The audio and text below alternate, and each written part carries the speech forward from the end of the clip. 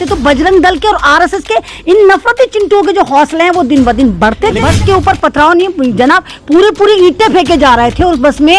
वो हाजी नासिर और जुनैद को मारा जाता है, मॉब लिंचिंग करके उनको कत्ल कर दिया जाता है और उनकी पूरी फैमिली की एक तरह से मॉब लिंचिंग कर। बजरंग दल तो बिहार में भी है, बजरंग दल राजस्थान में भी मुसलमानों को back to back mob lynching करके मार की नफरती एजेंसियां जो है, ये नफरती चिंटू जो है, आरएसएस के लोग ये बजरंग दल पत्थरों से कर रही है, उन पर पत्थर बरसा रही है, उनको डरा रही है। तो इससे पता चलता है कि आज भी भारत में मुसलमानों के साथ जो पॉलिटिक्स करी जा रही है, हर पार्टी का मीडिया पे दिखाते, देखो टोपी वाला भी मुसलमान है, बुर्के वाला भी मुसलमान है। आप अभी भी देखिए कि कर्नाटक में इतने लोग निकल कर आए जो पुलिस वालों पर पत्थर फेंक रहे हैं। जब उनके बुर्के उतार कर देखा गया तो वहाँ बजरंग दल के लोग मर्द निकले, औरत तो बहुत दूर की बात है जनाब, मर्दों ने मुसलमानों के मस्जिदों पर चढ़ के ये लोग झंडे फहराते हैं, कुरान शरीफ को जलाते हैं, कभी मदरसे को टारगेट, कभी बुर्के। मुसलमान बीजेपी के साथ है।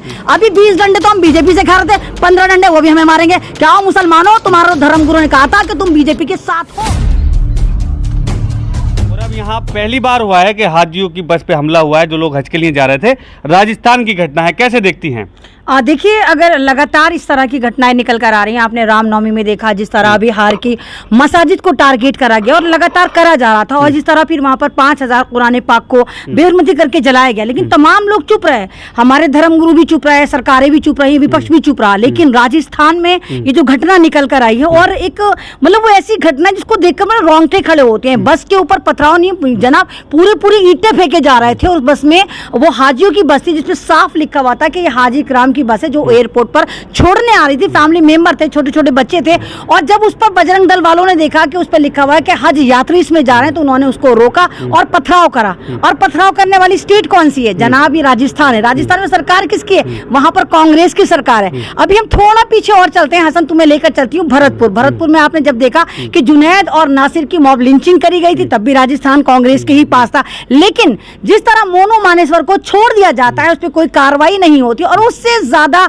एक निंदनीय आप जो बात कह सकते हैं, कह सकते हैं कि भरतपुर राजस्थान में जहां पर नासिर और जुनैद को मारा जाता है, मॉब लिंचिंग करके उनको कत्ल कर दिया जाता है, और उनकी पूरी फैमिली की एक तरह से मॉब लिंचिंग कर दी जाती है, क्योंकि पूरी फैमिली इस वक्त सड़क पर आ गई। तो वहां पर की जो विधायक है, वहां की विधायक कांग्रेस की विधायक जाहिदा खान थी, और आज तक उसकी गुंडागर्दी चल रही, उस पर कोई कार्रवाई नहीं हुई। तो जब आप बजरंग दल पर कोई कार्रवाई नहीं करते, आप मॉब लिंचिंग करने वालों पर कोई कार्रवाई नहीं करते, तो बजरंग दल के और आरएसएस के इन नफरती चिंटुओं के जो हौसले हैं वो दिन ब दिन बढ़ते चले जा रहे हैं। कर्नाटक में तो बजरंग दल बैन की बात करती है, राजस्थान में क्यों कोई ऐसा एक्शन नहीं लेती है जिससे ऐसी गतिविधियों पर विराम लगे? नहीं, देखिए, अगर वहां पर बैन करने की बात कर रही तो राजस्थान में भी तो आप ही की सरकार है। वहां पर फिर आप आम आदमी पार्टी को क्यों बुरा कहते हैं कि केजरीवाल दिल्ली में कुछ कहते हैं तो पंजाब में कुछ कहते हैं तो उत्तर प्रदेश में कुछ कहते हैं। विपक्षी तो केजरीवाल को टारगेट करता, फिर तो केजरीवाल बिल्कुल सही करते हैं। भाई केजरीवाल ने यहाँ भी बिजली पानी फ्री दिया, उन्होंने पंजाब में भी जाकर फ्री दिया, वो उत्तर प्रदेश में भी दे रहे हैं, तो आप फिर केजरीवाल को क्यों टारगेट करें? तो आपका भी चरित्र फिर वैसा ही है ना। अगर आप वहां पर जाकर कर्नाटक में जाकर स्कीमें बांट रहे हैं और बजरंग दल पर बैन करने की बात करें, तो जनाब बजरंग दल तो बिहार में भी है, बजरंग दल राजस्थान में भी मुसलमानों को back to back mob lynching करके मार रहा है। तो वहां पर तो आपकी सरकार है ना। जब वहां पर जुनैद नासिर पे इतना जुल्म हो जाता है, और इससे पहले भी लगातार वहां पर मुसलमानों के साथ मॉब लिंचिंग होती है, और आपके विधायक, आपकी सरकार कुछ नहीं करती, और आप जुल्म की इतना इंतहा हो गई कि हाजी इकराम जो एक बार पूरी जिंदगी में इंसान नामालूम कैसे कैसे हज करने जाता है, पूरी जिंदगी की जमा पूंजी करता, और इस बार हिंदुस्तान का हज भी 5 लाख से ऊपर है। तो आप खुद सोचिए कि 5 लाख इंसान कैसे जमा करता होगा कि हम जाकर अल्लाह ताला के दरबार में जाके सजदा कर लें। तो वो लोग तो अल्लाह ताला के मेहमान हैं। तो अगर हिंदुस्तान में कांग्रेस की जहां पर सरकार है, वहां पर अल्लाह ताला के मेहमानों की इज्जत नहीं है, और उन पर हमले करे जा रहे हैं जो बजरंग दल वाले कर रहे हैं, तो हम किसी से और क्या उम्मीद करें? लेकिन अब से पहले जब हज यात्रा शुरू होती थी तो मुख्यमंत्री प्रदेश के, यहाँ तक कि प्रधानमंत्री या बड़े मंत्री जो केंद्रीय मंत्री कहलाते हैं, वो लोग हज यात्रा को हरी झंडी दिखाते थे, मिलने जाते थे जो हाजी ग्राम होते थे उनसे। लेकिन अब ये पहली बार है कि उन्हें पत्थरों से, उनका फूल मालाओं की जगह पत्थरों से उनको भेजा जा रहा है। तो यही तो है कि अगर आपको पता हो, पहले अगर आप लास्ट 2 साल पहले के हज देखते हैं तो उसमें बाकायदा मुस्लिम ऐसी एनजीओज लगती थी जो फ्री कॉस्ट उनके हाजियों की मदद करती थी, खिदमत करती थी, और उनके साथ जो बुजुर्ग होते जिनको कुछ नहीं पता होता तो बाकायदा उनके साथ खादिम जाते थे फ्री में। इस बार सरकार ने तमाम एनजीओज को बैन कर दिया जो फ्री में खिदमत दे रही थी। उनको ऐसे कह दिया, जाओ भाई तुम अल्लाह के मेहमान हो तो तुम अल्लाह के भरोसे हो, सरकार उनके लिए कुछ नहीं करेगी। हाँ, सरकार क्या करेगी? सरकार की नफरती एजेंसियां जो है, ये नफरती चिंटू जो है, आरएसएस के लोग, ये बजरंग दल के लोग, उन हाजियों को, उन अल्लाह के मेहमानों का जो स्वागत है उनको पत्थरों से कर रही है, उन पर पत्थर बरसा रही है, उनको डरा रही है। तो इससे पता चलता है कि आज भी भारत में मुसलमानों के साथ जो पॉलिटिक्स करी जा रही है, हर पार्टी कर रही है। मैं ये नहीं कर कि बीजेपी करे, हर पार्टी करे। यानी आप मुसलमानों को चुग्गा बना रहे। भाई देखिए, यहाँ तो कोई पॉलिटिक्स का मसला नहीं है, ये हमारे वो मेहमान हैं जो हज पर जा रहे हैं। तो तमाम पार्टियों का ये ऐसा दायित्व है कि उनको ऐसा करना चाहिए कि इन लोगों का हज का जैसे जा रहे हैं, जैसे मुसलमान जब ये कांवड़ सेवा आती है, मुसलमान कितना उनका एहतराम करते हैं। अगर आप जाफराबाद में जाकर पहले भी आपने देखा हो तो वहां के चौधरी मतीन साहब जो उस वक्त के विधायक थे कांग्रेस के, तो पूरे हिंदुस्तान में उनको सबसे बड़ा अवार्ड मिलता था कि सबसे ज्यादा कांवड़ियों की जो आओ भगत करी जाती थी वो चौधरी मतीन द्वारा करी जाती थी। वहां देसी घी तक उनको पिलाया जाता था, बाकायदा पूरा लंबा टेंट वाला स्कूल वहां पर सजा दिया जाता था। तो जब नॉन मुस्लिम के जब निकलती है यात्रा तो तमाम मुसलमान खड़े हो जाते हैं, रोड जाम होता है। कोई मुसलमान कहता है कि रोड जाम हुए। लेकिन रामनवमी पे जैसे पत्थर फेंके जाते हैं मस्जिदों में ताकि उधर से रिटेरिएट किया जाए और एक माहौल खराब करा जाए और उसका राजनीतिक फायदे उठाए जाए, इसे कैसे नहीं? तो वो तो आपको भी पता है कि पत्थर फेंकने वाले कौन है, क्योंकि पत्थर अगर आप टोपी लगाकर पत्थर फेंक रहे हैं तो आपका कोई मजहब तो देखा नहीं जाएगा। लेकिन सोशल मीडिया पे दिखाते देखो टोपी वाला भी मुसलमान है, बुर्के वाला भी मुसलमान है। आप अभी भी देखिए कि कर्नाटक में इतने लोग निकल कर आए जो पुलिस वालों पर पत्थर फेंक रहे हैं। जब उनके बुर्के उतार कर देखा गया तो वहां बजरंग दल के लोग मर्द निकले, औरत तो बहुत दूर की बात है जनाब, मर्दों ने बुर्के ओढ़ रखे थे। तो बुर्के को और टोपी को और तहमत को बदनाम करने के लिए रामनवमी में भी ये ड्रामा करते हैं। और कमाल की बात यह कि उसके बावजूद ये मुसलमानों को ही टारगेट करते हैं, मुसलमानों के मस्जिदों पर चढ़ चढ़ के ये लोग झंडे फहराते हैं, कुरान शरीफ को जलाते हैं, कभी मदरसे को टारगेट, कभी बुर्के को टारगेट। लेकिन खुदारा ये तो अल्लाह ताला के मेहमान है, इनको तो बख्श दो। जिंदगी में इंसान एक बार हज करने जाता है, कैसे कैसे जाता है। और वो बच्चे जो उस वक्त बस में मौजूद थे, आप उनकी मेंटलिटी जाकर देखिए कि कितने डर गए, कितने सहम गए, वो कितने मतलब स्केयर है कि उन्होंने मतलब बस की फोटो मैंने भी लगाए हैं, इतने बड़े बड़े ईंटे हसन बस के अंदर पड़े हुए हैं, लहू लहान वहां पर हाजी हैं और तमाम बसों को रोका जा रहा है। और वहां की पुलिस एकदम नैरेटिव सेट कर देती, कहती नहीं आपसी वजह था, ये था, टक्कर मार दी थी, ये मार दी थी। तो हाजियों को साथ अगर ये इतना अपमान करें तो समझ में, मुसलमानों को खासकर समझ में आ जाना चाहिए कि तुम किस तरफ जा रहे हो और भारत में तुम्हारे मुसलमानों के धर्मगुरु तुम्हें किस तरफ लेकर जा रहे हैं। सरकार पे, प्रशासन पे भी तो सवाल उठते हैं ना। ऐसी हरकतों में सख्ती से निपटना चाहिए ताकि आगे कभी ऐसे लोगों को हौसला अफजाई ना हो और एक नजीर पेश हो कि ऐसी हरकत। तो राजस्थान में तो डबल इंजन की सरकार नहीं है ना, मैं बार बार कह रही हूँ भाई, डबल इंजन की जहां सरकार है तो हमें लापरवाही है ना, सेंटर से तो हमें कोई उम्मीद है नहीं, है ना। भारतीय जनता पार्टी ने तो मुसलमानों को कुछ करना नहीं, वो तो मुसलमानों पे ही पॉलिटिक्स करती है, उनको मार के तो उनको कूट के। लेकिन राजस्थान में तो एक सेकुलर पार्टी है ना जो कहती है कि नफरत के बाजार में मोहब्बत की दुकान खोल रहे थे।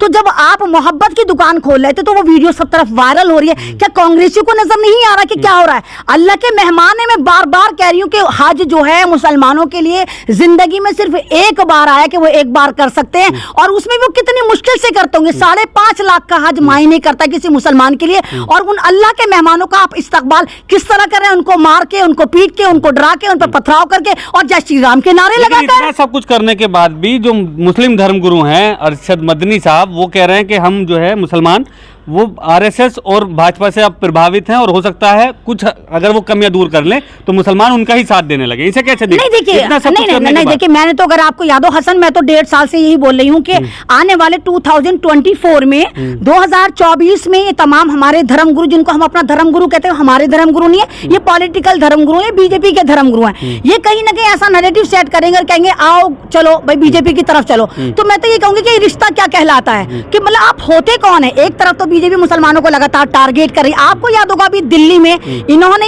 अमित शाह से मिलकर आए थे और कहा था कि अमित शाह वैसे नहीं जैसे दिखते हैं, यानी उससे भी बहुत अच्छे हैं। उसके फौरन बाद दिल्ली के मदरसों को टारगेट करा, मदरसे टूटे, मस्जिदें शहीद हुई, खानकाहों को शहीद करा गया, दरगाहों को शहीद करा गया। लेकिन उफ मेरे इन धर्म गुरुओं पर इन्होंने लिल्ला एक उफ नहीं करी। ये निकाह ये क्यों हो रहा है? आपको याद होगा बिहार में 5000 कुरान करीम को जला दिया जाता है, बेरुमती कर दी जाती है। उफ मेरे इन धर्म गुरुओं पर, मेरे धर्म गुरु बल्कि पॉलिटिकल धर्म गुरुओं पर इन्होंने उफ नहीं करी। तब भी इन्होंने उफ नहीं करी जब जुनैद नासिर की मॉब लिंचिंग हो जाती है। तो ये धर्मगुरु, अगर आप इनको इस्लामिक धर्मगुरु कह रहे हैं तो आप ये गलत कह रहे हैं। ये एक पॉलिटिकल धर्मगुरु हैं, ये अपना फायदा देखते हैं, ये हमेशा उस तरफ जाते हैं जहाँ इनको फायदा होता है। नहीं तो मदनी साहब ऐसा स्टेटमेंट नहीं देते। लेकिन ये भी तो हो सकता है कि ऐसी सब घटनाओं को रोकने के लिए कि हम सब मिलजुल के रहेंगे, इसलिए बयान दिया गया। मतलब आपको चलिए, आप मुझे अगर इन्होंने जब बयान दिया उसके बाद तो राजस्थान में रात हाजियों पर हमला हो गया।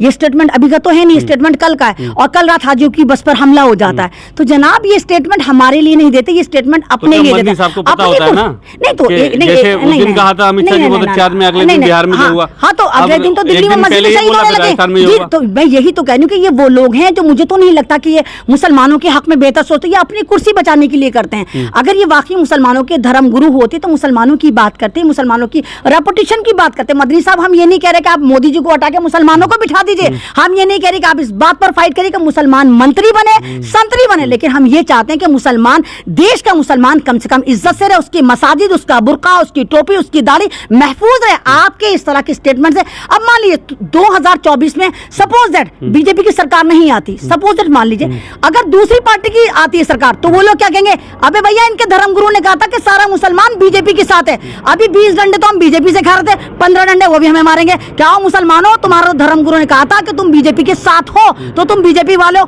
तो वो पार्टी भी हमें पीट रही होगी। तो इस तरह के स्टेटमेंट देने से पहले मदनी साहब को भी सोचना चाहिए कि पूरे भारत में जो 40 करोड़ मुसलमान हैं, उनके ऊपर, उनकी शख्सियत पे, उनकी शनाख्त पर, उनके अस्तित्व पे आपके इस तरह ऊल झलूल बयान से कितना फर्क पड़ेगा।